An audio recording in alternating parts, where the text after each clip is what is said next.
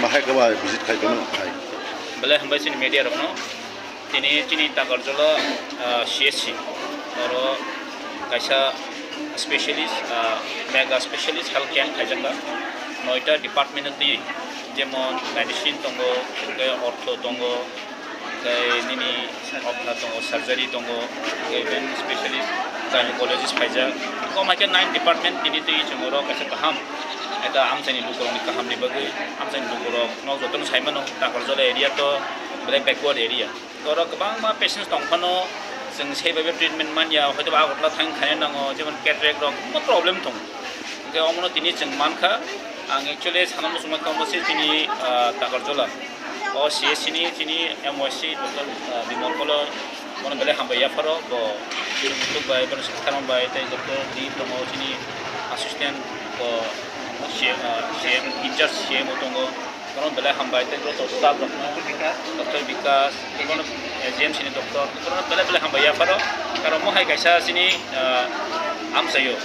mo bela nangko mon jorawan khaisa kan hang wansogo karon sana thaka angkai chini plan dongo bono chung kaisa sub divisional hospital khane ni bogi but haipeno kono karone chung dikla khaimar liya in future chung oro amhai mane sub divisional hospital khane bogi kaisa process soli dongo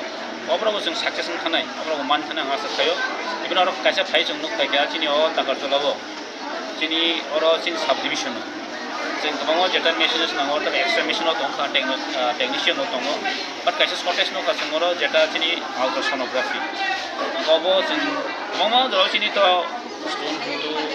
बरि mother pregnant हुतु जों अर खायमियाव दं दा बगे आउटला खाना नांगौ अपॉइंटमेंट नाना नांगौ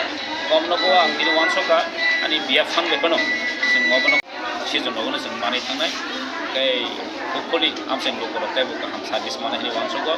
ताइ अमायकेनो जों ताइबो उराम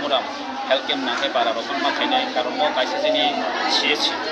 महाय एक एरिया तिनर सब डिविजनर बेले एरिया कट ताइ म कायसे आपर्ट सीएससी ताबो तिनर दङ जों माबनो गाहाम ताइबो साइड लांग बैसो जतन उदुकना लायना और जतन वानसक लायना ताइ लोगोरावनो आं कयनाय नर जतन पार्टिसिपेट खेपेदों महाय हेल्थ कैम्प रगो जों गाहाम फेसिलिटी मोननाय माबनो हामबाय जतन थैंक यू हामबायसा